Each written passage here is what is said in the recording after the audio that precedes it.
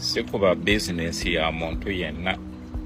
Omuntu agamba mbuno ebyobufuzi biggwa oyo aba ayagala kusiriwaza. Ebyobufuzi bwe bulamu obwa bulijjo mwe tutambulira.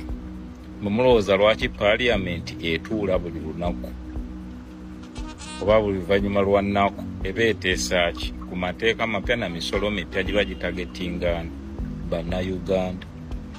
Kati ebyobufuzi tebiggwa. Omukyalo oyo bannayuganda bwe baamwetaagira okuyimirira nabo teyasobola kuyimirira nabo ng'ali ne bali abazi woofiisi. Kumbe omulimu gwate gw'okola ab'amawoofiisi si basapoota, tebatendinga bivvulu.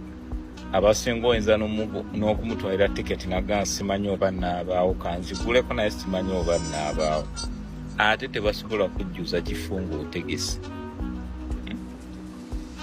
Mulowooza lwaki King Saha yabadde successful? Because yayimirira ne bannayuganda bwe baamwetaagira naye n'akozesa eddoboozi lye n'amaanyi ge n'abawa buli kimu ky'alina. Naye mmwe toyina n'ekimu kye wavaayo kwogera ku bannayuganda abanyigirizibwa. Mugamba mmwe temwetaba mu byabufuzi naye eri wayimbanga. Kati nze mbadde ŋŋamba nga tonategeka kivvulu muba temuyita downtown, abo muba temubamanyi nga bantu, muba temumanyi bw'oba ne bannayuganda eyo gyeba. Temunywayo kyayi, toyina kyogulayo. Naye kati essaawa zino owulira obeetaaga. Bw'olaba mbunaabwe bajja ne bakola ttaanaabo okavaayo.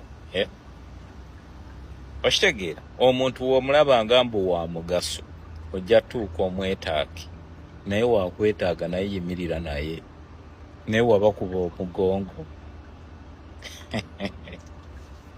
Obulekaga tebakuyinaako busungu, naye banaabaako n'obusungu oyinza okuganaaba.